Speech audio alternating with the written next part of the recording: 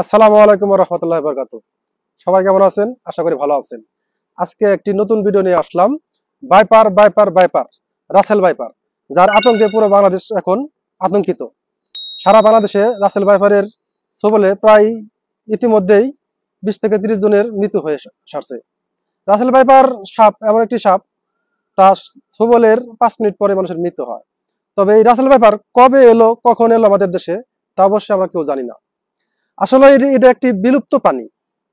এটা হলো 88-র বন্যা, যারা দেখেছেন 88-র বন্যার আগে ছিল আমাদের দেশে, অনেক ছিল এই রাসেল ভাইপার সাপটা, আমাদের দেশে অনেক ছিল 88 বন্যার আগে। তো যখন 88 বন্যায় পুরো ঢাকা শহর এবং কি পুরো বাংলাদেশই চলে গেছিল, তখন এই রাসেল ভাইপার সাপটা চলে গেছিল 2020 সালে। 2020 সালে ইন্ডিয়া থেকে আমাদের বাংলাদেশে রাসেল ভাইপারের আগমন হয়। এর ভিতরে 1988 থেকে 2020 পর্যন্ত এটা বিলুপ্তই ছিল। এটা ছিল না আমাদের বাংলাদেশে, কেউ জানতো না, কেউ চিনতো না। কিন্তু 2020-এ আমাদের বাংলাদেশে সর্বপ্রথম চট্টগ্রাম দেখা দেয় রাসেল ভাইপার। তো তখন মানুষ বা আমরা কেউ ততটা গুরুত্বপূর্ণ মনে করি নাই, কারণ একটা দেখা গেছে এই কারণে।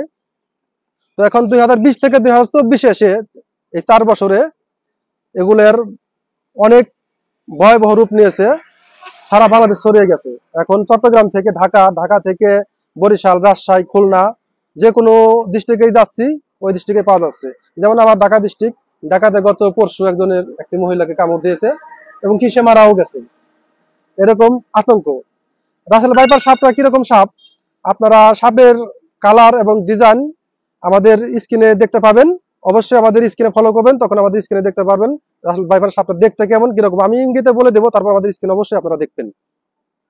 মূলত এটা মরুর দেশে থাকে, মধ্যপ্রাচ্যতে থাকে সাপটা, যেমন সৌদি, দুবাই, কুয়েত, কাতার, বালুর যে দেশগুলো আছে ওই দেশে থাকে। তার বিষয়ে আপনাদের জানাচ্ছি। রাসেল ভাইপার সাপটা দেখতে খানিকটা অজগর সাপের মতো, কিন্তু ওইটার মতোই মোটা হয়, এটা এত লম্বা হয় না। এই আপনার 4 থেকে 5 হাত লম্বা হয়। আর রাসেল ভাইপার সাপের লেজে এরকম, মানে যেটা ওই গরুর গলায় বাঁধে গুনটি কয় বা গুড়ি কয়, ওইরকম আছে। ওটা মূলত ওদের শিকারি ধরার জন্য। ওরা করে কি, বালুর ভিতরে প্রথমে এভাবে বসার পরে ওখানে শুয়ে বালুর ভিতরে এবং ঢলে ঢলে ঢলে ঢলে নিচে যাও, ওই লেজটা বাইরে রাখে এবং এরকম ঝুনঝুন করে।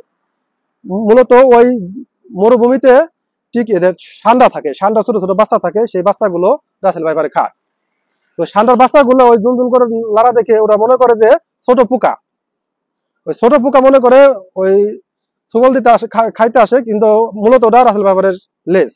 তখন সেই ঘুরে সেই পোকাটা খায়। আর যেহেতু রাসেল ভাইপারের ওষুধ আছে, কিন্তু আসলে মূলত 5 মিনিট পরে সে মারা যায়, নিতে অক্ষম হয়ে যায়। যে জায়গাটা কামড় দিবে আপনারা সঙ্গে সঙ্গে ওই জায়গাটা সাবান দিয়ে ধুবেন এবং পরিষ্কার করবেন।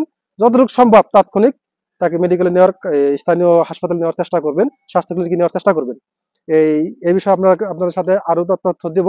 আপনারা পাশের স্বাস্থ্য ক্লিনিকে যাবেন, যে কোনো দেশের, আপনার যে কান্ট্রিতে থাকেন বা এই ডিস্ট্রিক্টে থাকেন, দেখবেন যে স্বাস্থ্য কমপ্লেক্স আছে। স্বাস্থ্য কমপ্লেক্সে গেলে পরে আপনাদের রাসেল ভাইপার সম্পর্কে অনেক কিছু তথ্য দিবে। সেই তথ্য অনুযায়ী আপনারা চলবেন, কখনো ওজার কাছে যাবেন না, ওজা বিশ্বাস করবেন না, ওজা একটা কুসংস্কার।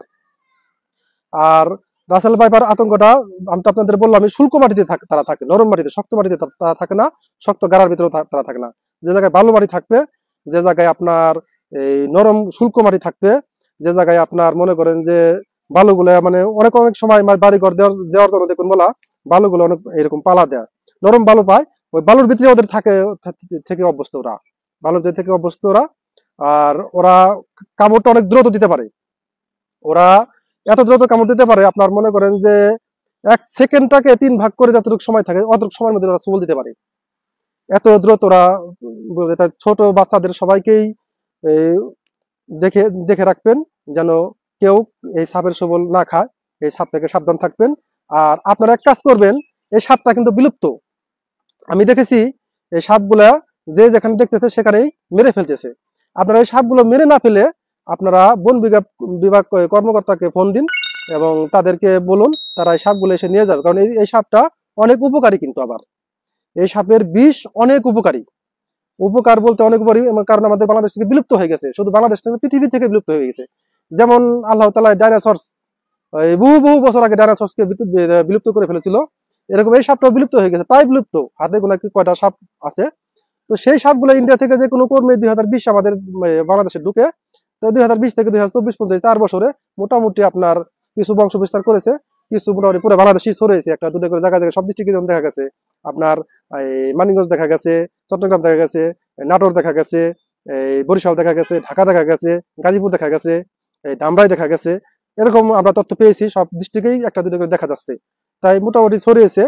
তো আপনার যতটুকু সম্ভব সাপটা দেখলে এবারে এই হয়তো বা ধরার চেষ্টা করবেন, বা দেখে রাখবেন, সাথে সাথে বন বিভাগ কর্মকর্তাকে ফোন দিবেন, তারা এসে ধরে নিয়ে যাবে।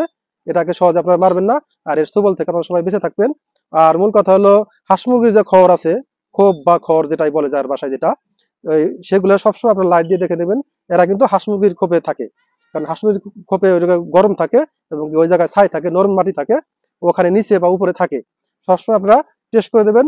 আর বাচ্চাদের সবসময় দেখে রাখবেন, যেসব ঘরে বালু আছে, যেসব ঘরে নরম মাটি আছে, শুল্ক মাটি আছে, ওই ছালু বেশি আছে, বা এই যে এই যারা স্বর্ণকারে কাজ করেন তাদের ওখানে সাইড টেবা থাকে, ওসব জায়গায় কখনো আপনারা যাবেন না। দ্রুত আপনারা যখনই দেখবেন যে এরকম কোনো চিহ্ন বা দেখা যাচ্ছে, দ্রুত হয়তো বা দূর থেকে কোনো একটা বড় লাঠি দিয়ে একটু চেক করে নেবেন। অবশ্যই এদের কিন্তু দেখে চেনা যাবে না। তো আজকের ভিডিও এত দূর আর লম্বা করবো না, কারণ লম্বা ভিডিও কেউ দেখে না। আপনার চ্যানেলটাকে সবাই সাবস্ক্রাইব করবেন এবং কি আমাদের ভিডিও বানানোর জন্য উৎসাহ দিবেন। আমরা ভালো কিছু করার চেষ্টা করি সবসময়, ভালো উপদেশ দেওয়ার চেষ্টা করি সবসময়। আপনারা ভালো থাকবেন, আমাদের জন্য দোয়া করবেন। আমরা আজকের ভিডিও এই পর্যন্ত রাখবো।